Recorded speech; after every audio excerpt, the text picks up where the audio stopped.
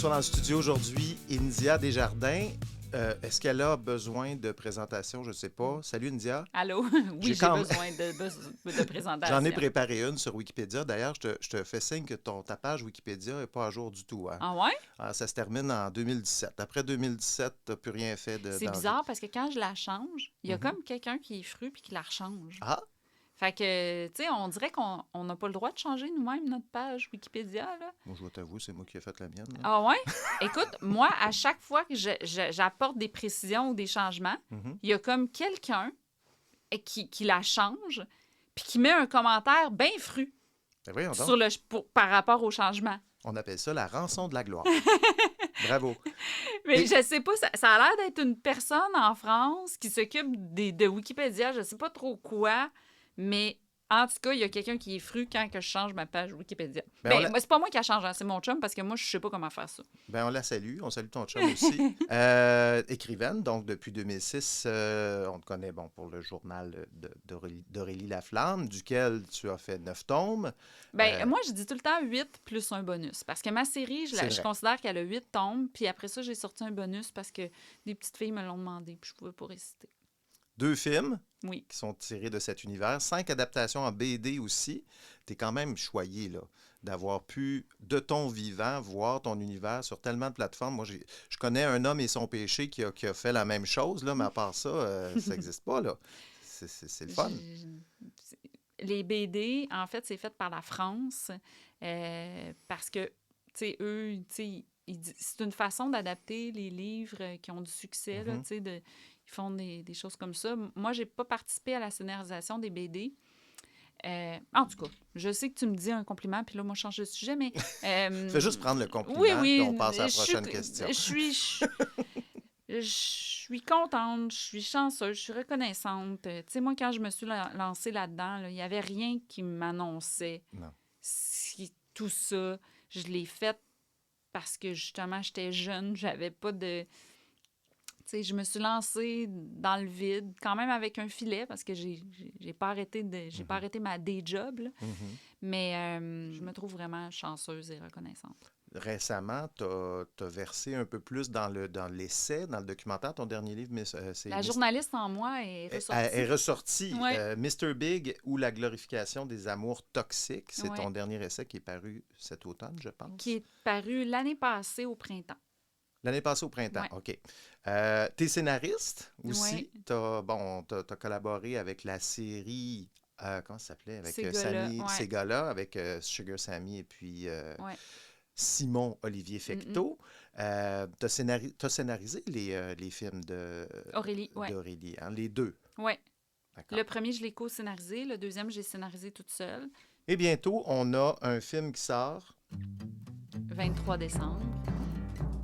Là, il faut que tu écoutes l'extrait, là. Parce que j'ai mis cette chanson qui porte ton film. J'ai dans la tête un vieux sapin, une crèche en dessous. Un Saint-Joseph avec une canne en caoutchouc. Honnêtement, là, je croise les doigts. C'est pas tout le temps évident d'avoir de la musique québécoise. Hein. Avez-vous essayé d'acheter les... vous les avez achetés, les droits, j'imagine? On aimerait ça, on se croise les doigts. Ah, c'est pas acheté encore? Le film est fini, là, il est monté, là. Oui, c'est... Tout ça, là, tu sais, écoute, au Québec, là, on fait des miracles avec peu, tu sais. Donc, tu sais, je souhaite vraiment, là, tu sais. Mais moi, c'est basé sur une anecdote qui m'est arrivée le 23 décembre. Fait que le clin d'œil à la chanson, je le trouvais évident. Tu sais, ça faisait partie... Moi, j'ai vécu une journée pleine de hasard, puis ça m'a inspiré quelque chose qui est fictif parce que, honnêtement, la réalité, les hasards de la réalité, souvent, là, ça dépasse la fiction. Puis si tu le mets dans une fiction, ça va avoir l'air trop... Les gens y croiraient pas. Les gens, ils vont pas y croire. Donc, il a fallu que j'adapte ça. Mais c'est ça, moi, ça s'est passé le 23 décembre. Puis je trouvais le clin d'œil avec la chanson tellement, tu sais... C'est tellement de belles chansons de Noël, mais en plus, oui, c'est ça. Purement québécoises. Ouais. Myriam Bouchard, qui réalise ce film... Oui, elle est extraordinaire. On a une super belle collaboration ensemble. Vraiment, c'est... Est-ce que tu la connaissais avant, ce film-là? C'est vraiment drôle parce que Myriam et moi, on s'est rencontrés dans un party de Séville. On vient d'apprendre aujourd'hui que Séville On va faire moins de party. a fermé ses portes, mais on s'est rencontrés dans un party. Je me souviens d'elle. Elle avait une robe à pois. Puis, tu sais, on s'est approchés. On dirait dans ma tête, là, je vois toutes les lumières du party, la piste de danse, on s'approche. Puis, on se dit qu'on aimerait ça faire une comédie romantique ensemble. Tu sais, c'est vraiment... C'est sûrement que mon souvenir est changé, puis tout ça, puis je me souviens pas de tout, mais quand elle a tripe sur Noël, tu sais, son père, il a même eu, je pense, une business de sapin de Noël, là. Tu sais, c'est comme... Elle, là, elle écoute de la musique de Noël à l'année, là. OK. Puis, donc, quand elle a su que j'avais une idée de film de Noël, elle a voulu être sur le projet. À un moment donné, j'ai abandonné l'idée pendant quelques années parce que je n'étais pas capable d'y arriver, à l'écriture. Ça faisait longtemps que ça fermentait, cette idée-là. Tu sais, moi, j'ai vécu ça, là, en 2011, mon anecdote. Le soir même, j'ai écrit à Patrick Roy, qui est le président de Film Séville. J'y ai écrit pour dire « Hey, j'ai une idée de film de Noël. » Puis c'était un peu arrogant parce que, tu sais, comme j'ai écrit ça, je pense, le 24 décembre, tu sais, il était avec sa famille, tout ça, tu sais. Des fois, je le regrette, mais lui, il dit tout le temps « Ben non, c'était cute, tout ça. » Puis le lendemain, j'avais un party de Noël. Puis je parle à mon ami Guillaume L'Espérance. J'y raconte mon anecdote. Je dis, c'est tellement fou que ça ferait un film. Lui, le lendemain, il m'appelle, donc, c'est genre le 26 décembre. Tout ça s'est passé en quelques jours. On est en 2011, là. On est en 2011. Okay. Après les fêtes, je dîne avec Patrick et Guillaume. On se parle de tout ça. On veut faire ce projet-là. On embarque les trois ensemble. Et là, pendant des années, j'ai essayé de l'écrire. Puis je te jure, là, des fois... J'étais devant mon ordinateur puis je pleurais parce que je me sentais pas capable. Tu sais, je me suis donné un gros défi. C'est un film choral avec plusieurs personnages. Moi, j'avais envie que tous les personnages aient un lien puis se rassemblent à un moment donné dans le film. Ce qui n'est pas nécessairement toujours le cas des films choraux. Fait que je me suis donné vraiment un gros défi. Pour la production, c'était un défi aussi parce que c'est beaucoup d'acteurs, beaucoup de lieux. Hey, à un moment donné, là, le directeur de casting, tu sais, les gens croisent... Tu sais, j'ai des personnages secondaires, tu sais, j'ai peut-être 100... Tu sais, le directeur de casting, il y avait 100 acteurs à caster, là, tu sais. Ils ont été tellement extraordinaires. Tu sais, comme à un moment donné, je vais te donner un exemple des miracles que l'équipe a fait. Moi, à un moment donné, j'avais 2 ados qui avaient une pratique de hockey. Tu sais, imagine, là, un aréna sur la glace, des figurants... des parents dans les gradins, etc., etc.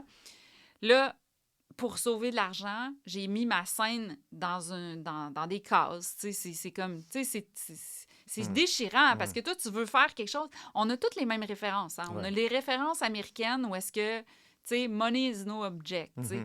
Là, nous, on arrive puis on fait des petits miracles avec rien. Fait que moi, j'avais le cœur brisé. Ma scène, elle se passe dans des cases à la place. Puis là, l'équipe, Christian Ménard, qui est le producteur délégué, qui est extraordinaire, ils m'ont fait une petite surprise, tu sais. On voit, tu sais, c'est dans les cases, mais on voit l'aréna en arrière, avec quelques figurants. Tu sais, on voit la glace. Ça, là, tu sais, c'est des petites affaires comme ça qui se passent qu'on ne se rend pas compte à quel point les équipes là, qui travaillent sur des productions québécoises font des miracles. Tu disais que tu avais de la difficulté. C'est quoi le syndrome de l'imposteur? C'est compliqué à écrire? C'est compliqué à écrire. Tu te sens incompétente ou c'est quoi, c'était quoi le problème? Okay. Tu sais, des fois, là, t'essayes d'écrire, puis là, tu dis l'histoire sort pas. Tu sais, t'essayes de créer des liens entre les personnages. Puis que ce soit crédible, moi, je me basais sur une anecdote, comme je te dis, qui est complètement non crédible. Fait que, tu sais, que ça devienne crédible. Fait que là, les gens lisaient mon scénario, puis ils étaient là, ça se peut pas, on n'y croit pas. Puis j'étais là, oui, mais ça s'est passé dans la vraie vie. Fait que, tu sais, c'était tu sais, puis ça se passe en une journée. Fait que ça, c'est difficile aussi parce que les enjeux sont un peu moins grands quand ça se passe en une journée. Tu sais, mettons, comme Love Actually, ça se passe sur quelques semaines. Donc, tu peux vraiment pousser ton histoire, mais quand ça se passe sur une journée, il faut que ce soit des petits enjeux qui se règlent dans la journée. Fait qu'il y avait beaucoup de ça. Après ça, bon, j'ai abandonné quelques années. Là, un moment donné, je l'ai repris. Puis là, ça a été toute l'aventure de déposer dans les institutions, de vivre les refus, tout ça. Donc Donc, Ça a pris toutes ces années-là. c'est ça qui a fait que ça a pris En toutes ces lisant années. la description du film, bon, d'abord, il faut dire Myriam Bouchard à la réalisation, Oui. Virginie Fortin qui a un rôle principal dans ce film-là. Oui, bien, c'est pas mal tous des rôles principaux parce OK. que c'est plusieurs trames qui éventuellement vont se Qu'il y a quelqu'un qui joue ton alter ego là-dedans, qui est comme c'est une anecdote personnelle. Ben, tu sais, c'est sûr que Virginie, elle joue Elsa, qui est une autrice jeunesse. Ah ouais, c'est... Ouais. Mais honnêtement, tu sais, Virginie puis moi, on s'est parlé, puis j'ai dit, tu sais, moi, ce que j'ai écrit, oui, le clin d'œil de l'autrice jeunesse, mais c'est tellement pas moi, le personnage. Mais, puis elle se reconnaissait dans le personnage, puis elle disait, mais je veux pas jouer moi non plus. Fait que, tu sais, elle s'est trouvé une façon d'avoir une distance avec le personnage. Fait que, tu sais, ça reste de la création, tout ça, tu sais. OK. En lisant la description, puis en lisant un peu sur le film, j'ai l'impression que tu as le goût de faire le Love Actually du Québec. Est-ce que ben, ça, c'est ambitieux là quand même, Ah ouais, mais c'est c'est ça, un film là, de Noël c'est- qu'on va réécouter chaque année. Il n'y en a pas beaucoup de films québécois. Il y a le film de Nez c'est Nez Rouge. Moi, j'aime Rouge. C'est- beaucoup. Je le réécoute souvent, Nez Rouge. On le tu sais. revoit chaque année. Il y a Ouais. bon la guerre des tucs qui passe à Ciné Québec, Ouais. à Télé Ciné Cadeau à Télé Québec, la nouvelle version qui se passe dans le temps des fêtes. Mais on n'a pas tant que ça des films de Noël québécois Mais- qui ont resté là. Moi, mon ambition, c'était surtout... C'est parce que quand je regarde des films de Noël, je trouve que c'est... Mettons, les films classiques, c'est des gars qui vivent les aventures. Tu sais, mettons, tu penses Home Alone, Elf, Chevy Chase, là, Christmas Vacation, Family Man, J'essaie d'en trouver un là, pour t'ostiner. Il y a Est-ce que c'est une fille? The Holidays. Je trouve pas. The Holidays, c'est 2 filles. OK. Je connais Mais pas tu sais, celle-là. c'est pas mal le seul. Si tu veux des filles, il faut que tu ailles dans les films Hallmark, où que là, c'est des filles, c'est tout le temps un peu la même chose. C'est une fille ambitieuse qui doit éventuellement découvrir pendant le film qu'elle serait beaucoup plus heureuse à vivre dans un village à faire des biscuits pour un veuf qui a 2 enfants. Fait que- c'est- Je ne sais pas de quel film tu parles, mais cette histoire-là, je l'ai déjà vue. Oui, hein? Bon. Oui. Fait que moi, j'avais envie de faire... Moi, je fais souvent des histoires pour réparer des affaires qui me fâchent, tu sais. OK. Puis j'avais surtout l'ambition de faire un film de Noël avec des personnages féminins forts qui sont pas obligés de quitter leur emploi juste à cause que c'est Noël. Tu sais? Fait que c'est ça, c'était surtout mon ambition. Après, là, ce qui devient un classique, ce qui devient pas un classique, on sait jamais. Tu sais, moi, quand je déposais Aurélie là, aux institutions, là, je me faisais répondre mais pourquoi on financerait un film sur une adolescente qui a rien de spécial? Je dis justement, parce que ça représente tous les adolescents, tu sais, elle a rien de spécial. Puis tu sais, il y a des gens encore qui l'écoutent, qui me disent qu'ils l'écoutent à chaque année en famille. Puis ça me touche parce que, tu sais, je veux dire, t'écris quelque chose, tu peux jamais avoir l'ambition que ça va devenir un classique. C'est comme la meilleure façon que ça le devienne pas, tu sais. Parce que là, tu pars bien trop, tu sais, tu veux faire quelque chose. Moi, j'ai voulu faire quelque chose pour réparer quelque chose dans mon cœur. C'est qu'il n'y a pas assez de films de Noël qui me ressemblent ou que moi, comme femme, je me retrouve. Alors, j'ai fait ça pour réparer ça. Ça sort en novembre toujours, c'est la date que j'ai. Est-ce que 25 novembre 2022, oui, c'est ça. 2022. Oui, de 25 novembre, oui. Parfait, on surveille ça. Nous, on s'est rencontrés, India, dans les salons du livre, jadis, quand on ferait, parce qu'on avait le même éditeur dont on va parler tantôt, j'imagine, Michel Brûlé. Ah, c'est vrai. Je me souviens plus que tu avais publié Ben oui, Intouchable. Ben avant oui. toi. Hein? Hein, oui, un livre, écoute, boycott. Michel, c'est exactement la même histoire que toi. Michel m'avait appelé, il m'a dit, peux-tu faire un livre? À l'époque, il y avait Naomi Non, mais Klein. moi, je me suis jamais fait faire de commande, par exemple. Moi, c'est moi qui India ai Jones, présenté. ton premier livre avec Michel, c'était C'était- Les ouais. aventures d'India Oui, Jones. c'était moi qui l'avais... En fait, moi, je le présentais à tout le monde. Je me faisais dire OK. non. Puis finalement, ça a été comme la dernière place, puis ils m'ont dit oui. Bon, moi, c'était un peu comme Brian. Oui, c'est ça. Brian Perrault avait été appelé. Faut dire que Michel, il faisait des commandes à des C'est auteurs. ça. Fait que moi, c'était une commande. À l'époque, c'était, je sais pas si tu te rappelles, le livre No Logo de Naomi Klein. C'était très, très populaire à l'époque. Non. C'était un livre qui remettait en question le consumérisme, les marques et tout ça. ouais. Il avait trouvé ça bien inspirant, puis il m'a dit fais la même chose, mais au Québec. Donc, ça Parce que toi, s'appelait- tu étais journaliste au J'étais Voir. au Voir à Ouais. l'époque. J'étais jeune, là, on parle Ouais. de 2003. Ouais. Donc, Hey, moi, là, j'enviais les gens qui travaillaient au Voir. Vous étiez vraiment du monde cool. Mhm. Ouais. Enfin, mais c'est pas de ça que je voulais te parler. On OK. s'est rencontrés la première fois, c'était quand j'étais rédacteur en chef d'Urbania. Je pense que je t'ai donné, là, on avait Ben fait oui. c'était un numéro sur les filles, puis tu avais participé à un cadavre oui. exquis. Il y avait Raphaël Germain là-dedans, il y avait Stéphane Dompierre, il y avait Stéphanie Neveu, il y avait Marie-Julie Gagnon, Stéphanie Neveu. C'était... donc, tu étais une représentante à l'époque de la chick lit. C'est comme ça qu'on appelait ça. À cette époque-là, tout ce que tu avais, c'était les aventures d'India Jones. Ah On oui? t'écrivait pour 2007, ah non, 2007, j'avais cool. Tu avais j'avais commencé. peut-être 2 livres d'Aurélie Laflamme. Oui, ça commençait au tout Ouais. début. Mais mettons, qu'est-ce que tu dis? Parce que, tu sais, moi, je t'ai vu évoluer pendant toutes ces années-là. C'est quand même assez spectaculaire, là, ce qui s'est passé dans ta vie. Est-ce que t'aurais-tu quelque chose à y dire à cette jeune India Desjardins de cette époque-là, là, début des années 2000, qui vient de commencer? Puis, tu sais, Je me souviens que, on dirait que c'est parce que ça me rappelle des souvenirs, là, parce que, tu sais, ça me replonge, mais moi, là, quand j'avais 25 ans, bon, je travaillais au Journal de Montréal, puis je faisais aussi des chroniques au Canal Vox. OK. OK? Puis à un moment donné, l'émission dans laquelle j'étais, bon, ça s'est terminé. Puis il y avait une astrologue dans cette émission-là. pas Jojo. Non. Non. C'était une autre madame qui était blonde aussi, puis qui était bien sympathique. Puis j'ai été stressée. Puis moi, dans ce temps-là, je voulais faire de la télé, ce qui est vraiment pas...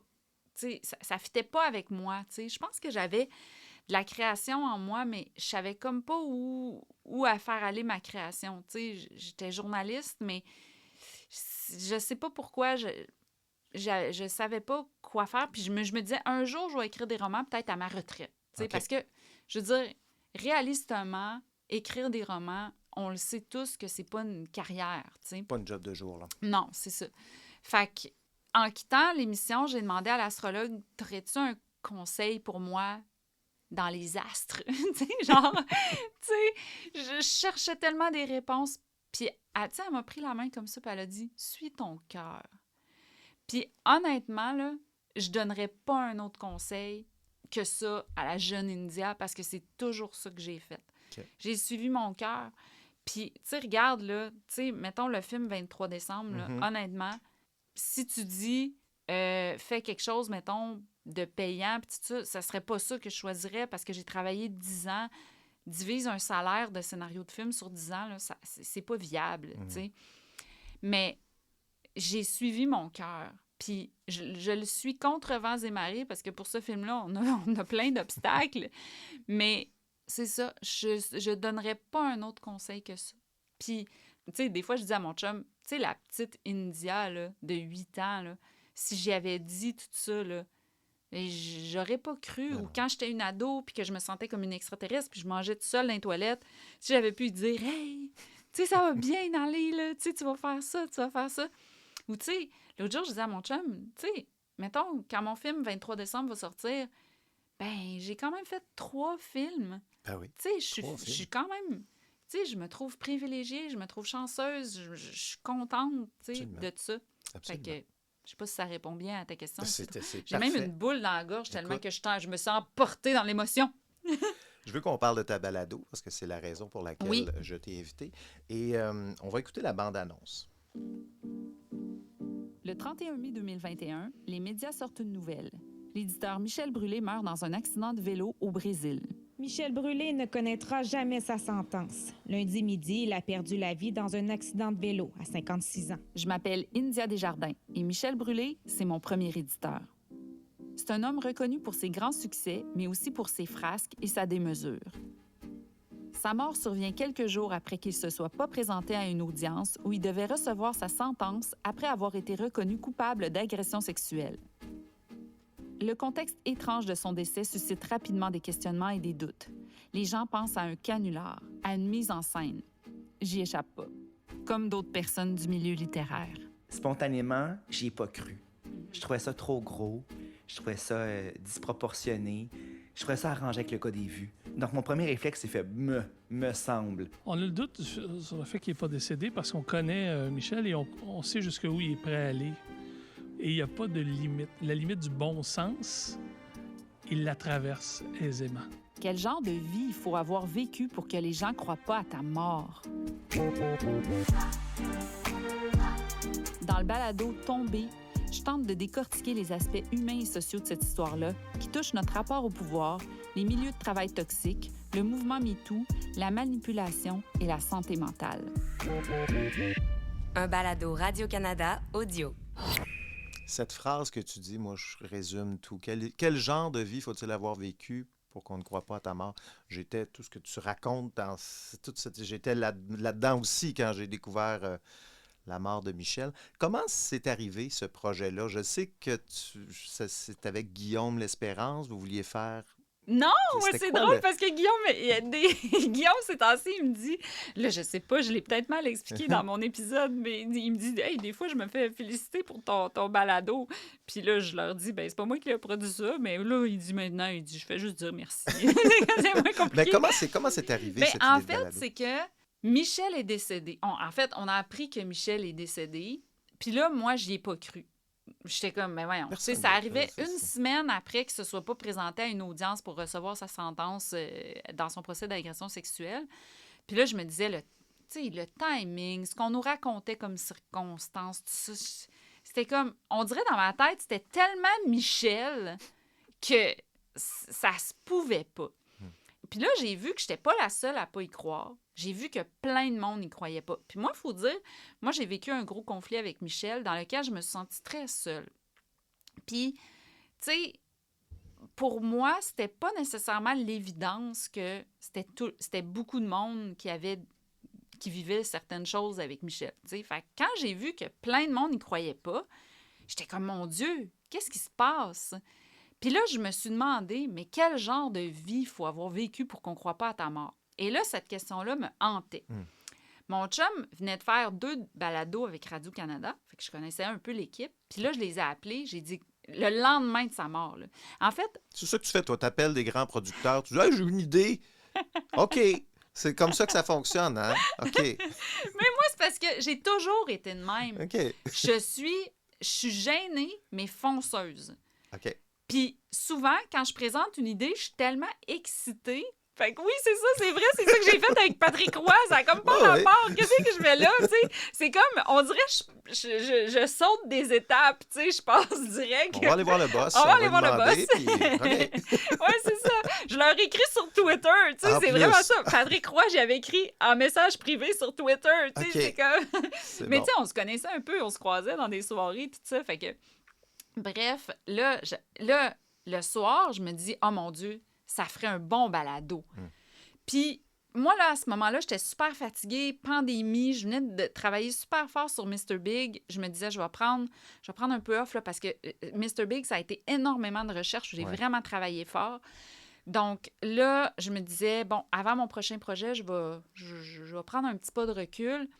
Mais là, Michel meurt. Là, j'ai cette idée de balado. Là, je me dis, oh non, je vais rester mon recul. Pourquoi je me mettrais là-dedans? Là, j'en dors pas de la nuit. Là, le lendemain matin, je fais, hey, j'en ai pas dormi, là. C'est là qu'il faut battre le fer pendant qu'il est chaud parce qu'il venait de décéder. Puis je me disais, il faut que je fasse mes entrevues pendant que c'est effervescent. Le hamster roulait, là. Oui, exactement. Donc, j'appelle justement la boss de Radio-Canada, des balados. Elle me dit, écoute, donne-moi quelques heures, tu sais, j'en parle à l'équipe, tout ça. Elle l'a présenté à l'équipe, puis j'avais tout écrit, là, le matin, à 5 heures du matin, je me suis réveillée, j'ai tout écrit mon projet. Puis honnêtement, la structure que j'ai écrite cette fois-là, à 5 heures du matin, c'est pas mal la structure que j'ai gardée pour tout le long. J'ai pas changé beaucoup de choses sur les questions que je me posais, sur ce que je voulais explorer, sur moi, ce à quoi je voulais me confronter. Puis, tu sais, pour écrire mes scénarios, j'ai tout réécouté mes entrevues parce que j'ai tellement changé en commençant, du commencement jusqu'à la fin que ma pensée a tellement évolué que il fallait que je retrouve ce que je disais dans les entrevues au début pour voir où est-ce que j'en étais à tel moment. Parce que en rencontrant des experts, des gens, tout ça, j'ai énormément évolué dans ma pensée. Puis ça, c'est des beaux projets de documentaire. Quand tu te mets toi-même, quand tu te confrontes à tes préjugés, à tes a priori, à tes propres hypothèses et théories. Donc, ça a commencé comme ça. Guillaume, parallèlement, lui, il voulait faire, Guillaume L'Espérance, Oui. qui est producteur, il voulait faire un documentaire télé. OK. Mais on l'a appris par hasard. OK. Et là, on se disait, parce que lui, c'était « s'il n'est pas mort, je veux le trouver ». Puis moi, c'était « s'il est mort, je veux savoir pourquoi le monde n'y croit pas ». Fait qu'on se disait « s'il est mort, moi, ça marche, mon documentaire. S'il n'est pas mort, c'est Guillaume, ça marche. » Fait que on se partageait des idées parce que Guillaume puis moi, on travaille beaucoup dans la collaboration, puis pas la compétition. Donc, tant qu'on était les deux sur nos projets, là, on s'échangeait des idées. Puis là, lui, finalement, quand il y a eu les preuves, ce qu'il considérait comme des preuves de sa mort, il a décidé de laisser tomber finalement son idée parce que, tu sais, il ne voyait pas c'était quoi le but de faire un documentaire si finalement, on avait des preuves de sa mort. C'était le premier balado que tu fais. Oui. La production d'un balado, cette intimité-là, parce que c'est très intime, un balado. As-tu aimé ça? Vas-tu en faire d'autres? J'ai vraiment aimé ça. Puis moi, on dirait que je trouve que c'est vraiment l'avenir. Regarde, l'entrevue qu'on fait là, on est vraiment, tu sais, on peut se parler, on a plus que 5 minutes. Ça, c'est un balado d'entrevue. Tu sais, moi, je trouve vraiment que ça permet, tu sais, un échange. Les gens qui te suivent, ils veulent en connaître aussi un peu sur toi. Donc, toi, pendant tes entrevues, tu peux te livrer, tout ça.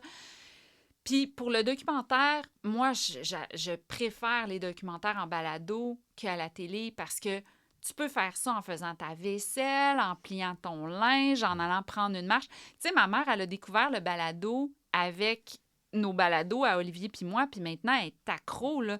J'ai une amie aussi que sa mère, elle a 80, puis elle a découvert le balado par mon balado, est devenue accro, puis elle aime ça parce que ça lui fait passer le temps. Ma mère, là, elle attend des nouveaux balados pour pouvoir aller prendre des marches.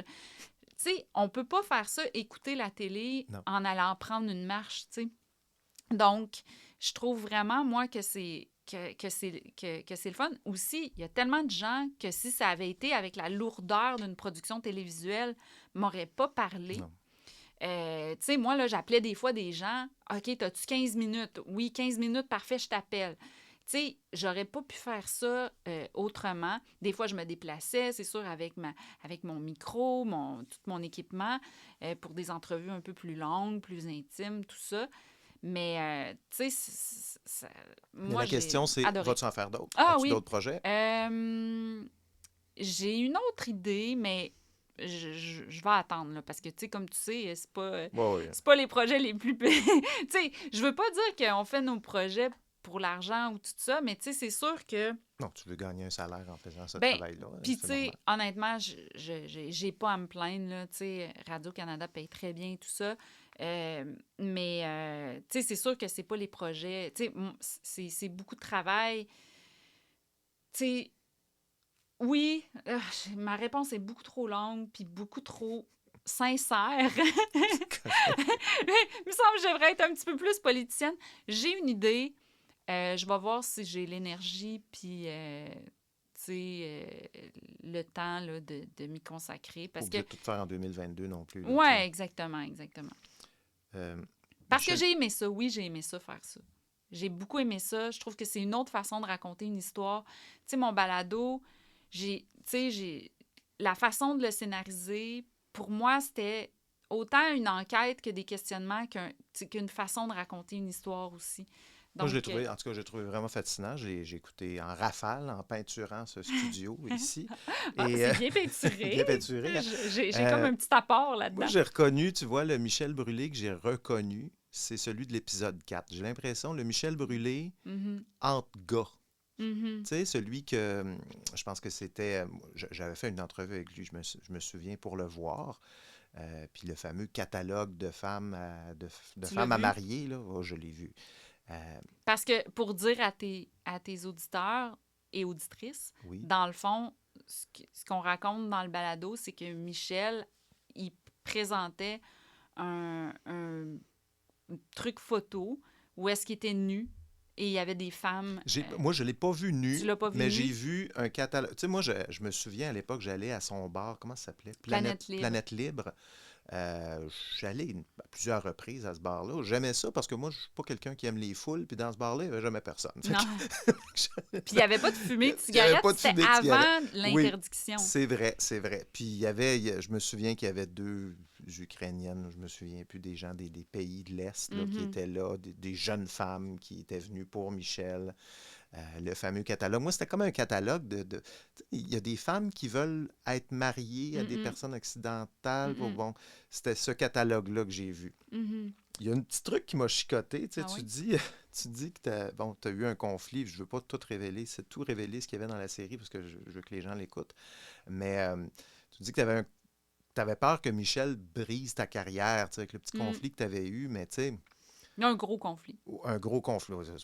Effectivement, c'est pas un petit conflit. Ça a duré plusieurs années. Mais ça m'a coûté très cher. Oui. Mais en même temps, personne n'était derrière Michel Brûlé là, dans l'industrie. Tu sais, je me rappelle pas d'avoir quelqu'un qui m'a dit « Ah, moi, Michel Brûlé, c'est mon homme. » là. Tu sais, Plus que tu penses. ouais. Ouais. Puis Michel, là, tu sais, puis c'est toujours comme ça, peu importe. Mettons que quelqu'un va dévoiler quelque chose dans les médias, la personne va se défendre, puis là, il y a tout le temps 2 camps. Là.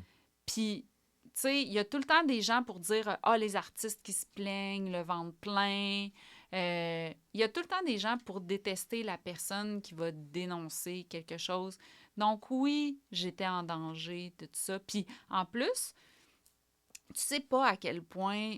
Tu sais, on sait jamais. Puis quand on est dans des affaires de même, là, tu sais, il y a des menaces. Lui, il dit, si les gens... Si je leur dis... Parce que lui, il faut dire qu'il détruisait beaucoup mon estime de moi.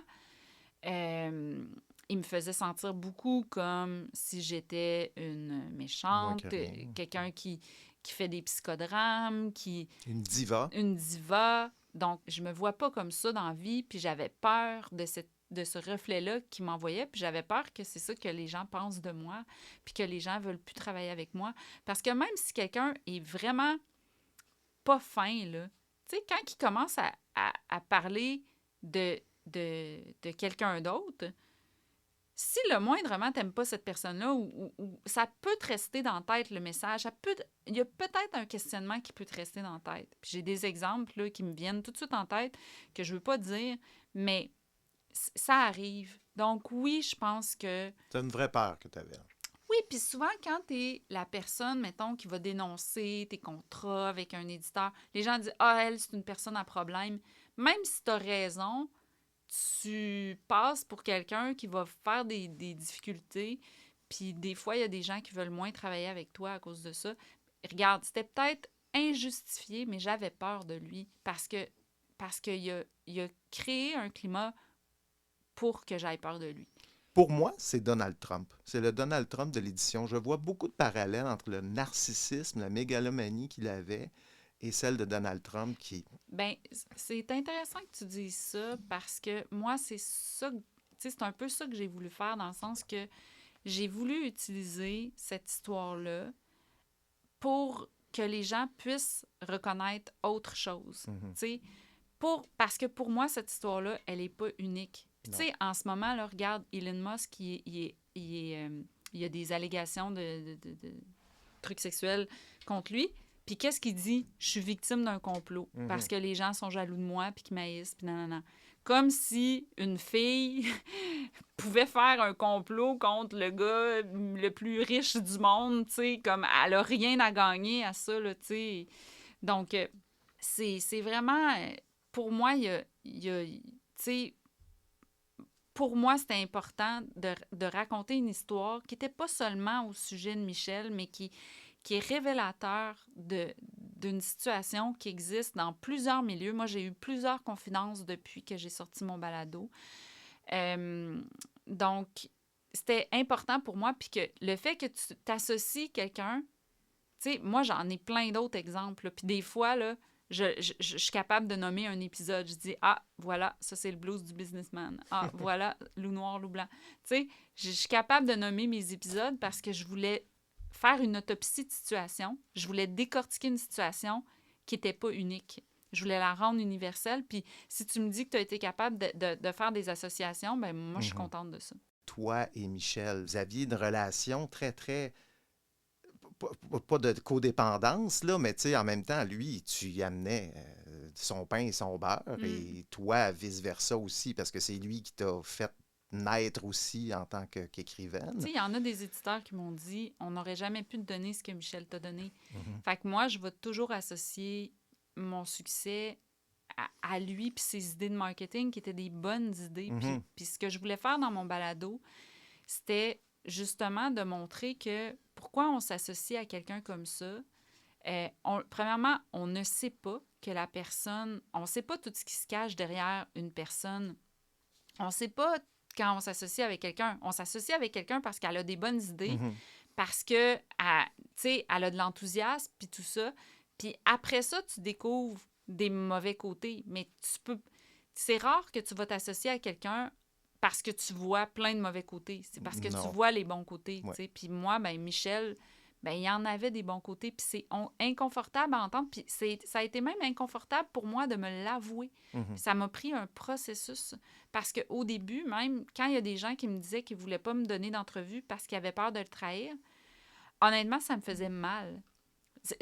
J'avais vraiment de la peine que les gens me disent ça. Puis finalement, c'est en cours de processus que moi, j'ai pu réconcilier tout ça ensemble, puis que j'ai pu comprendre pourquoi des gens étaient encore là, puis que j'ai pu aussi penser à avoir de la délicatesse envers sa famille, puis tout ça, puis tu sais, pour parler de ça avec des nuances. OK. Donc, tu fais la paix avec... après Ouais. cette histoire-là, toute cette balado-là, ça t'a pris quoi, 1 an à faire ça? Oui, ça m'a pris 1 an, puis c'était du temps plein, là. Ouais. Mais oui, j'ai fait la paix, puis on dirait que je suis plus capable de réconcilier les beaux puis les moins beaux côtés, puis de les faire coexister. Puis je pense que faire l'épisode Loup noir, loup blanc, ça a un peu changé ma vie, dans le sens que je me suis rendu compte... Explique-nous, parce que ça fait 2 fois que tu en parles, loup noir, loup blanc. Qu'est-ce que tu veux dire par là? Brian Perrault, il raconte une légende qui dit qu'on a 2 loups en dedans de nous. Le loup blanc, le loup noir. Okay. Le loup blanc, c'est le loup que tu nourris avec de la compassion, de la gentillesse, de la générosité. Puis le loup noir, c'est un loup que tu nourris avec de la méchanceté, de la colère, de la haine, de la manipulation. Puis les 2 loups se battent constamment ensemble. Puis le loup qui gagne, c'est le loup que tu décides de nourrir. Okay. Puis moi, des fois, maintenant, là, je sens quand mon loup noir monte. Puis là, je fais « Ouh! Ça réveille mon loup noir, ça. Faut que je me calme. Faut que j'essaye de pallier à ça. » Quelle belle métaphore. Hein? C'est une super belle métaphore. Puis, tu sais, c'est dans le fond, c'est dans toutes les histoires épiques. Là, Star Wars, c'est le côté lumineux, le côté sombre. C'est Harry Potter, le côté lumineux, le côté sombre. On a tout ça en dedans de nous.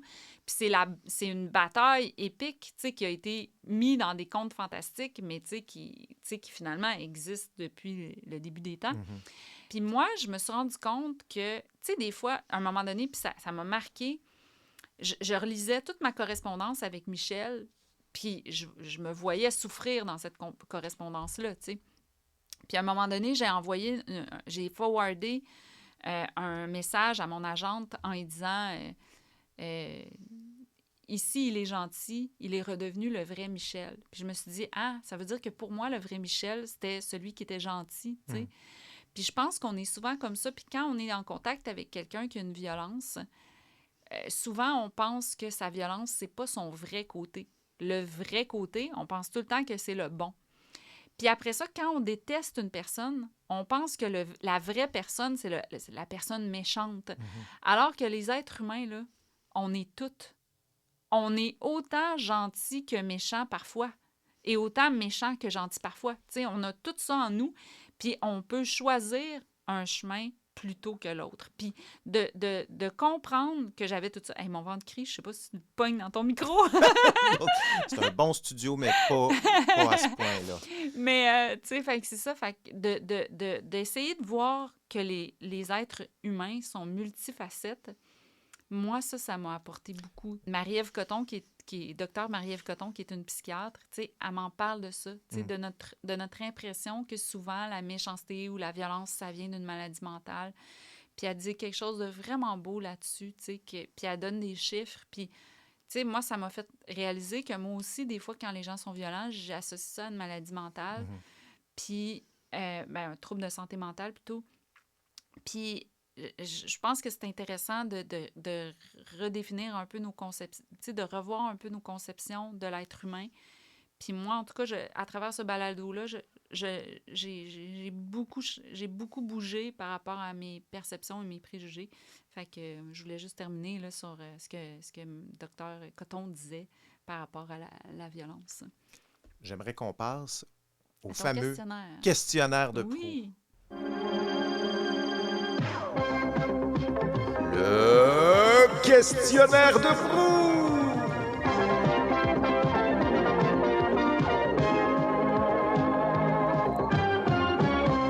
Bon, le questionnaire de Proulx, c'est simple. Je t'ai envoyé un petit questionnaire avec tes choix télévisuels. Tu m'as parlé, je t'ai demandé ta plateforme numérique. Je les ai toutes. T'es as toutes, hein? Je les ai toutes. Puis, tu sais, mettons, là, tu me dis, celle que j'utilise moins, c'est Prime. Mais sinon, là, Netflix, Crave, Disney+, Tout TV, c'est quoi les autres, là? Je les ai toutes. Il y en a plein. Club Illico, Apple TV+. Club Illico, je l'ai. Apple+, je l'ai. Bon. Apple+, Es-tu une grosse consommatrice de séries? oui, moi, c'est Ouais. ça mon activité. Le soir, avec mon chum, là, Pour regarder des séries. on regarde des séries, on regarde des films, on aime ça. L'été, Ouais. on a un concept que Ouais. on revoit des vieux films. OK. Fait qu'on cherche des vieux films, puis ça fait quelques étés qu'on fait ça, puis on adore ça. On dirait que l'hiver, on n'a pas l'énergie pour écouter des films autres que la fin de semaine. Là, on écoute plus des séries. Tu sais, ça se consomme mieux, des séries, quand même. Mais l'été, là, on aime ça. Tu sais, on se fait une liste de vieux films qu'on aimerait revoir. Qu'est-ce que c'est vieux? Années 80-90. Moi, j'aime ça revoir des films nostalgiques Ouais. ou, tu sais, voir qu'est-ce que j'ai aimé, qu'est-ce que j'avais retenu de ce film-là. Tu sais, c'est un peu, dans le fond, le même exercice que j'ai fait pour Mr. Big. Tu sais, je regardais Back to the Future, puis, tu sais, j'adore Back to Ça a the bien Future. vieilli. Ça, c'est un film qui a très bien vieilli. Oui, quand mais même. en même temps, quand tu penses aux représentations des personnages féminins, tu sais, Oui, t'as non. comme dans le deuxième film, tu sais, à la fin du film, il dit à Marty puis sa blonde, Jennifer, il dit, bon, ben là, venez dans le futur avec moi parce que là, vos enfants sont en danger. Puis là, dans le deuxième film, Marty puis Jennifer, ils embarquent dans la DeLorean. Et là, Jennifer, elle pose 3 questions. Hein, qu'est-ce qu'on fait ici? Qu'est-ce qui se passe? Puis là, il décide de l'endormir. Puis elle dort tout le film. Elle n'a le pas le réveillera à la fin droit du de film. poser 3 questions. Tu sais. Même à un moment donné, il l'oublie dans le monde, dans le futur. Puis là, ils font « Oh non, on a Oh oublié non. Jennifer! » Puis il dit « Ah, c'est pas grave, le monde va se reconstruire autour d'elle. » Puis t'es comme « What? » Tu sais, c'est comme tellement... Tu sais, puis moi, je me disais « Hey, c'est ça que je recevais comme petite fille, là, moi, là. Ouais. Tu sais, les gars, Ouais. vous avez le droit à toutes vos aventures. » C'est vrai que j'ai Nous- pas regardé ce film-là avec cette sensibilité-là, mais quand t'en parles, effectivement. Mais c'est ça que j'aime faire, parce que moi, ces films-là, j'arrêterai jamais de les aimer, mais j'aime ça les regarder avec une distance, avec cette analyse-là, à faire, OK, qu'est-ce que j'ai reçu, moi? Tu sais, quand tu regardes Christmas Vacation, là, c'est vraiment... Puis, tu sais, tu peux le regarder du côté des hommes aussi. C'est vraiment l'homme qui a tu sais, la pression de rendre heureux toute sa famille, l'argent... Tu sais, toute sa vie est concentrée sur son bonus parce qu'il veut Avoir une gâter toute sa piscine, ouais, famille. c'est Puis, ça. tu sais, fait qu'il y a la pression du temps des fêtes. La fille, là-dedans, c'est une figurante, là. Elle fait juste, tu sais, faire de la bouffe puis demander à son mari s'il est correct puis s'il va. Mais, tu sais, on a tout été... Autant, mettons, les filles sont un peu invisibilisées dans les films que les gars, ils ont toute cette pression-là d'être le bon père de famille, celui qui va sauver, tout ça. Tu sais, moi, j'aime ça analyser puis voir est-ce que ça peut avoir un impact sur nous, tu sais. Mais ça, dans les années 80, mais aujourd'hui, là, on n'est plus là, quand même. Moi, j'ai l'impression que Ah, la non. représentation des femmes c'est vraiment complexifié. Non, non, non. Je regardais un film, je t'en nommer 2, là. Ouais. Non, mais j'ai tellement d'exemples, là. Tu sais, je veux dire, des films où est-ce qu'il y a juste des gars, là. Prends juste Tenet, là. Tu sais, je veux dire, il y a une fille dans le film, elle se fait battre, elle se fait tirer une balle, puis elle aide le monde, elle aide les gars à sauver le monde. pas parce qu'elle veut sauver le monde, parce qu'elle veut sauver son enfant. Tu sais, je veux dire, pour moi, cet exemple-là représente tout. Oui, mais on peut prendre Ghostbusters, nouvelle génération, c'est que Oui. des femmes. Oui, mais Ils sont c'est- tous c'est- différents. tu me- Il y a des... Ça, quand on nomme la norme, t'as tout le temps quelqu'un pour nous nommer l'exception d'une gang de filles qui ont essayé, tu Non, sais, mais de je faire regardais de quoi. récemment, il y avait... Moi, ce que je remarque récemment, on vient de regarder une série qui s'appelle Le Serpent de l'Essex. C'est tenu par une femme, Claire Danes. Il y a un changement. Il y en a plein. C'est bon? J'ai le goût de... Non, Oui, c'est très bon. Il y en a plein, mais c'est pas... Honnêtement, c'est pas la norme. Il y a un mouvement où on essaie de faire une meilleure représentation, mais si tu regardes encore, là, tu sais, comme la majorité des films, puis des films qui pognent aussi, ben je veux dire, c'est une majorité de personnages masculins. Puis oui, des fois, il y a quelque chose qui sort, puis là, tu sais, il y a plus de personnages féminins, ou, tu sais, il y a justement, on refait un Ghostbuster, mais avec des filles. On ou va tout faire ça. Hulk, hein? She-Hulk. Ouais, As-tu vu Ouais. la bande-annonce? ouais. J'ai vu ça, j'ai fait... Mais où est-ce qu'on s'en va? avec ça? Écoute, Ça a tu sais, pas d'allure. c'est triste de voir que, tu sais, c'est juste les super-héros qui pognent. Puis moi, je suis une fan des films de super-héros, là, tu sais, je les connais toutes, là. Mais, tu sais, c'est sûr que, tu sais... Moi, je sais pas. Moi, j'avais l'impression, puis tu sais, je veux dire, j'ai pas fait de thèse là-dessus, mais l'espèce de rôle un peu en retrait des femmes, moi, j'aime voir dans plusieurs séries des rôles de femmes différents. Je pense, par exemple, à une ode à l'américaine. Il y avait Glenn Close là-dedans, ça fait peut-être 2 ans. C'était sur Netflix, où elle jouait un rôle magnifique. Le film Une histoire de mariage, avec Marriage Story, avec Adam Driver et puis Scarlett Johansson. As-tu vu ça sur Netflix? Oui. C'est deux parents qui se divorcent. Ouais. Quand même, le jeu d'acteur là-dedans, Le puis jeu les d'acteur, relations c'est hommes-femmes, j'ai jamais vu ça à l'écran, moi, à ce point, là, aussi bon. Là. Mais, tu sais, bon, tu sais, je veux dire, il y a des chiffres qui existent qui démontrent que on n'est pas on n'a pas atteint l'égalité Non. là, dans Non, les non. films, tu sais, comme c'est le fun qu'il y ait de plus en plus de beaux personnages féminins. Puis, tu sais, je veux dire, il y en a tout le temps eu. Là. On pourrait te donner des exemples des années 80, des années 90. Il y en a tout le temps eu. Tu sais, je pense entre autres au film She-Devil, qui était un film super féministe dans les années 80.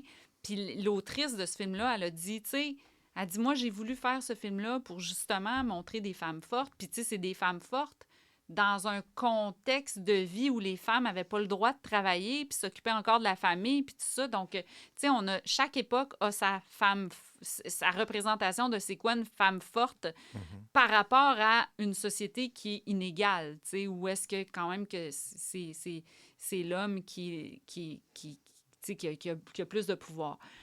Donc, il y a des chiffres qui existent. Gina Davis, elle a une fondation où est-ce qu'à chaque année, elle compile, tu sais, c'est quoi, mettons, la représentation des femmes, puis elle s'en va rencontrer les studios, puis elle essaye de faire changer les choses, ce qui est vraiment extraordinaire de sa part, puis elle a fait 2 documentaires là-dessus aussi qu'on peut retrouver sur Netflix.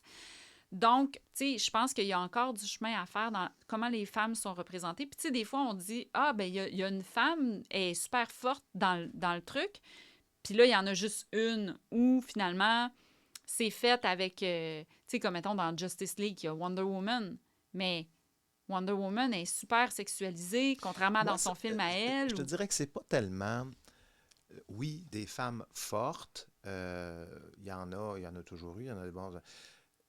Mais c'est plus, je dirais, la complexité du personnage. Je trouve dans les films, mettons dans des années 80, souvent les personnages féminins étaient unidimensionnels. Tu as parlé de Le sapin a des boules, effectivement, la mère a fait de la popote, puis c'est tout, tu sais. Puis la plupart des films de cette époque-là. La plupart des films, les femmes étaient le faire-valoir du personnage principal. Tu sais, on pense à Rocky et Adriane. Un autre exemple, Adriane, c'est assez simple à résumer son personnage.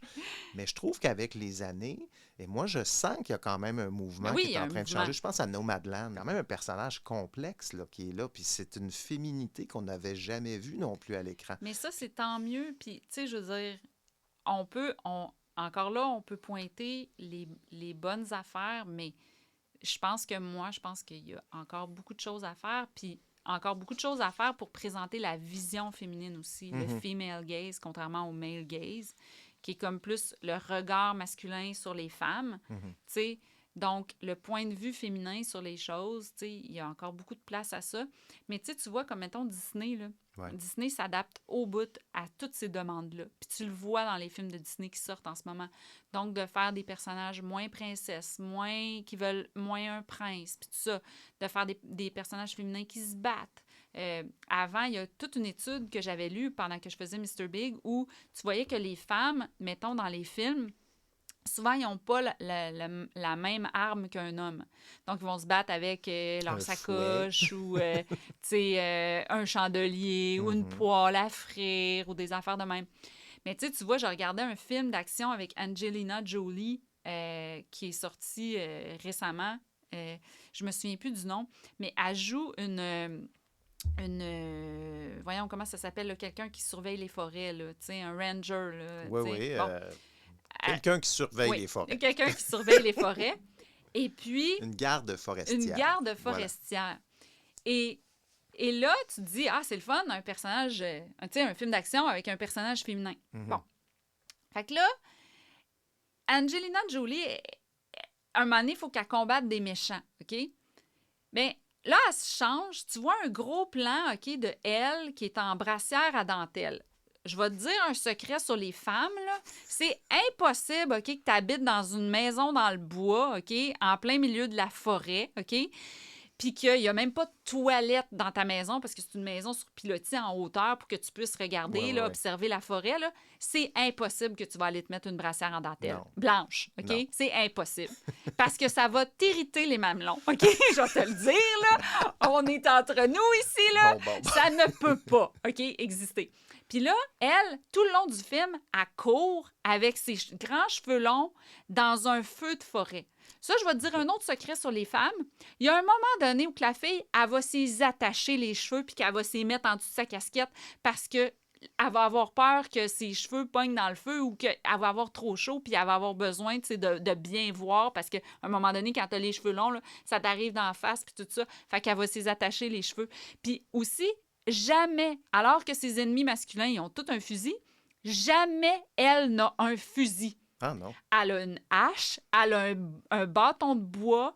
Puis il y a des études, là, il y a une fille, dans des études féministes qui est en train de faire une étude là-dessus, là, sur ceux avec quoi les... Mais tu le remarqueras. Des femmes. Okay. Moi, quand elle m'a dit ça, moi, j'ai commencé à le remarquer. Fait que tu le remarqueras. Comme, par exemple, dans The Mummy, la fille, elle ne se bat qu'avec des chandeliers, des affaires comme ça. C'est comme... Fait que, tu sais, quand tu le remarques, oui, c'est sûr que tu peux présenter les beaux exemples. Puis ça, c'est toujours ça. Quand je parle de ça, c'est toujours ça. Comme oui, mais il y a ce film-là. Oui, mais il y a ce film-là. Bien oui, tu peux avoir l'exemple, le contre-exemple. Avec le cinéma, on peut toujours... c'est tellement varié. Mais si tu regardes les chiffres, de compilés par Gina Davis ou ces choses-là, si tu regardes une compilation, c'est là que tu vois c'est quoi la tendance qui se dessine par rapport aux personnages. Puis pas juste par rapport aux personnages féminins. Il y a toute la diversité culturelle aussi, puis tout ça. Donc, tu sais, moi, je pense qu'il y a de la place pour tout le temps pour de l'amélioration, pour une vision différente des choses. C'est pour ça aussi qu'il y a des gens issus de la diversité qui disent, ben nous, on aimerait ça pouvoir raconter nos histoires. Ce que je te parle sur le female gaze, c'est la même chose pour quelqu'un qui est tanné de voir, mettons, les personnages LGBTQ+, tout le temps représentés dans les stéréotypes. Même chose pour les gens qui viennent de n'importe quelle diversité culturelle, qui sont tannés de voir les gens toujours représentés de la même façon. On a une soif d'être, tu sais, puis alors que vous, les hommes, vous avez tellement de diversité de personnages. Vous, les hommes, là. Vous, les hommes, vous avez tellement de diversité de personnages, c'est vrai. Oui. Des policiers, des super-héros, des papas, des hommes d'action, tu sais. Vous avez une diversité dans laquelle vous reconnaître. C'est sûr que moi, en tant qu'homme blanc, effectivement, je trouve pas mal de modèles. Pas mal de modèles, tu sais. Mais de moins en moins, moi, j'ai remarqué quand même que je veux pas être jovialiste là, pour rien, mais j'ai l'impression qu'il y a quand même une tendance ces Oui. 4-5 dernières années là, à fait. avec tout ce mouvement MeToo, tout ce mouvement un peu woke, tout ça, la diversité, on en veut de plus en plus. Ça, je l'admets parce que je le vois, comme je te dis, Disney a énormément changé. On voit des séries aussi, on voit de plus en plus... Puis c'est bien. Puis si tu regardes aussi, pré-MeToo, Ouais. il y a vraiment des agressions sexuelles dans les... Tu sais, si tu regardes, mettons, le film Wedding Singer avec Adam Sandler, écoute, Drew Barrymore, là-dedans, elle se fait taper les fesses, elle se fait toucher les seins, elle se fait dire des commentaires déplacés. Post-MeToo, on verrait pas ça, mais c'est ça qui est le fun de voir que des mouvements de société comme ça amènent un changement, même dans notre cinéma. Puis qu'est-ce qu'on se fait envoyer comme spectateur quand une fille se fait de façon banale, puis c'est de ça dont je parlais dans Mr. Big, mais de façon banale, se fait taper les fesses, faire des commentaires déplacés sur ses seins. Tu sais, je veux dire, moi, c'est comme s'il y a plein de gars qui se sont excusés à moi au MeToo, puis je les ai pardonnés parce que je trouve que eux puis moi, on était dans la même société, puis on se faisait envoyer les mêmes codes. Quand les codes ont changé, on peut changer ensemble. Ouf, tout ça pour dire que tu regardes des vieux films avec ton chum. J'en parle beaucoup, tu sais. Je t'amène sur un deuxième extrait. Attends un petit peu. Je t'ai demandé l'épisode d'une série télé qui te vient en tête, le meilleur épisode. Tu m'as dit ça. They know that we know that Do they know that we know? No. Joey? They know you know. Oh, I knew it! They don't know that we know they know we know. And Joey, you can't say anything.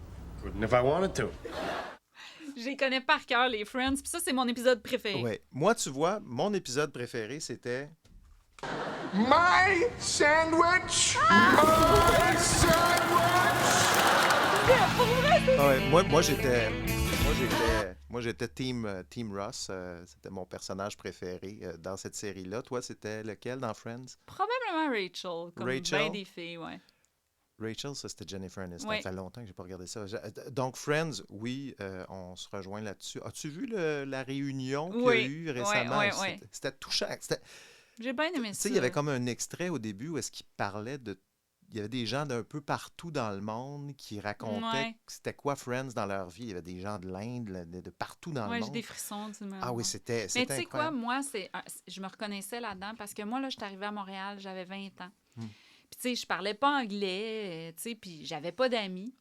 Puis Friends, ça passait il y avait 2 épisodes qui passaient à 5 heures le soir. Puis moi, j'avais décidé de souper à ce moment-là pendant Friends, tu sais.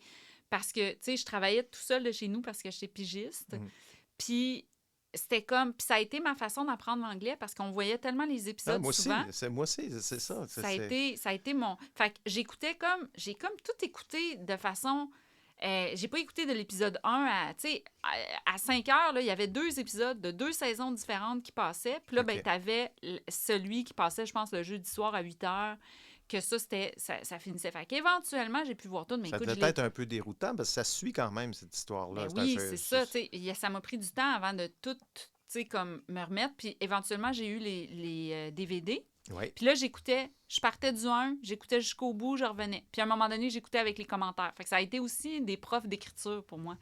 Oui, c'est vrai, hein, l'écriture de sitcom ou de l'humour, c'est vraiment... Création de As-tu aimé aussi Seinfeld, qui était à peu près un petit peu avant, là, mais... Non, puis écoute, là, l'année passée, mon chum, parce que mon chum, lui, il adore Seinfeld, puis j'ai essayé de l'écouter avec lui. Fait qu'on a écouté 5 saisons, puis là, j'ai été obligée de prendre un break parce que moi, je trouve personnellement que ça a mal vieilli. Puis j'ai pas l'aspect nostalgique comme pour pardonner ce qui a mal vieilli. OK. Fait que... Tu trouves que ça a mal vieilli? Moi, je l'ai réécouté aussi. C'est arrivé sur Netflix il n'y a pas très longtemps. Et j'avais jamais regardé Seinfeld de ma vie. Ah ouais? Ben, je pense que ça avait passé à Canal D jadis en français, mais c'était pourri. Non, c'est ça. Mais non, j'avais jamais embarqué dans Seinfeld, puis j'ai adoré ça. Là, t'as aimé ça? Ouais. Ouais, moi, c'est ça. Il y a des affaires, là, des commentaires sur les femmes. C'est sûr que c'est plus... Oui, c'est très gars. C'est très ça. gars. Moi, c'est tough, ça, pour moi. Tu sais, des commentaires racistes aussi, que, tu sais... Je trouve Oui. ça tough. J'avoue que tu m'en parles, puis effectivement, il y a plein d'affaires qui Puis, passeraient plus il y en aujourd'hui. a aussi dans Friends, mais je pense que Friends, puis je les vois, je les remarque. Je suis capable de dire, oh, ça, je trouve que ça passe. Puis, tu sais, comme tout le fatso de Monica, tout ça, ça, je trouve que... Mais vu que j'ai l'aspect nostalgique, on dirait que, tu sais, ça passe mieux pour moi. Mais on dirait que quand tu regardes une vieille série et tu n'as pas l'aspect nostalgique, Ouais. on dirait que c'est là que c'est plus Ouais. difficile. Hey, merci, India. Ah, c'est Tu déjà sais que ça fini. fait déjà 1h15 qu'on se Je te parle. l'avais dit que je t'avais bien. Ça là. passait Parle vite, là, trop. quand même.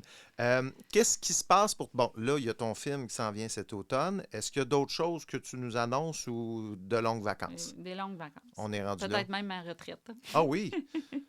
Penses-tu réécrire pour les jeunes? Ben oui, des livres pour enfants. J'en ai un en préparation, OK. inspiré de mon chien Gustave, qui est vraiment un pitou inspirant. Lui, il est handicapé, puis je trouve tout le temps qu'il surmonte ses propres limites. race? C'est un bouvier bernois. Bouvier bernois. Oui. Puis, fait que oui, tu sais, j'ai tout le temps continué d'écrire pour les jeunes. Faire une série comme Aurélie, ça, non. Je pense que... Mais tu sais, comme je te disais, l'astrologue m'avait dit « suis ton cœur ». Suis ton cœur. Tu sais, on sait jamais là, quelle histoire, mais je pense que... Mais là, où est-ce que tu es rendu? Parce que là, tu as quoi, de 45? ouais.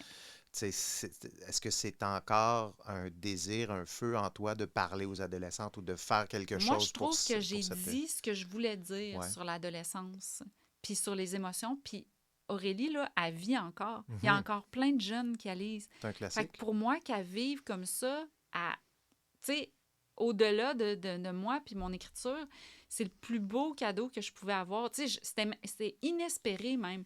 Donc, tu sais, je pense que quand on écrit quelque chose, ben moi, en tout cas, j'ai quelque chose à dire avec cette histoire-là ou avec ce projet-là. Puis, je l'ai dit par rapport à l'adolescence. Il faudrait que j'aie quelque chose de plus à dire. Puis, tu sais, mettons, quand j'ai fait un tome 9 pour Aurélie, j'avais quelque chose à dire sur sortir de l'adolescence aussi. Mhm. Mais je pense que c'est tout. Puis ça s'appelle voler de ses propres ailes. Puis maintenant, Aurélie, elle vole de ses propres ailes, tu sais. Fait que, tu sais, je pense pas que ça pourrait... tu sais, il faudrait que j'aille une idée qui... Mais ce serait intéressant, parce que tantôt, tu me disais le regard des femmes sur des personnages masculins. J'aimerais ça que tu crées un personnage masculin. Ça serait Il y en a quoi? déjà bien en masse. Ouais.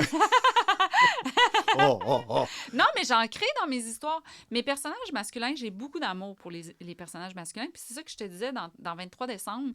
Tu sais, j'ai fait des personnages masculins plus inspirés de, tu sais, des beaux, pas beaux physiquement, mais beaux à l'intérieur, gars que j'ai autour de moi puis que j'observe, plutôt qu'à l'image qu'on essaye tout le temps d'envoyer aux gars qui doivent avoir. Moi, c'est comme si je veux dire aux gars, « Hey, on vous aime de même. » Tu sais, comme l'image qu'on envoie aux gars de ce qu'il faut qu'ils soient. Puis, tu sais, j'ai lu le livre de Lise Plank, puis j'ai trouvé ça super intéressant là, pour l'amour des hommes. Puis, tu sais, elle dit là-dedans, on demande beaucoup aux hommes d'être d'une certaine façon, puis ce carcan-là, il est difficile à briser. Puis, moi, je trouve ça important de créer des personnages masculins, tu sais, qui sont égalitaires. Tu sais, je veux dire, moi, des gars, là, qui me traitent pas comme leur égal ou tout ça, j'en ai pas beaucoup dans ma vie. Puis je me dis, c'est le fun de pouvoir le montrer, tu sais, que moi, des beaux gars, intérieurement, j'en ai dans ma vie, puis c'est ça que je veux, justement. Puis c'est ça que j'ai fait dans Aurélie aussi. Dans Aurélie, je voulais vraiment montrer des beaux personnages de gars ados. Puis c'est ça que j'ai fait. Puis il y a plein de gars qui me l'ont dit, qui m'ont remercié. Même chose pour La mort d'une princesse. J'avais fait l'intérêt romantique principal était un prof d'éduc du primaire. Puis il y avait plein de gars qui m'avaient écrit pour dire « Hey, merci, on n'est tellement pas représenté comme l'idéal à atteindre que c'était le fun de voir ça. » Fait que moi, les personnages masculins sont super importants pour moi. Puis je veux justement pas les traiter comme certains auteurs de films font. Ils nous traitent comme vraiment un personnage secondaire dans leur film. Moi, au contraire, je veux mettre une belle lumière sur les belles personnalités masculines. Je pense qu'on va terminer là-dessus. Ah! Hey, merci beaucoup, India, de ton temps. Ça a été, t'as été très généreuse. Puis, je te souhaite le meilleur pour la suite. Merci, c'est gentil.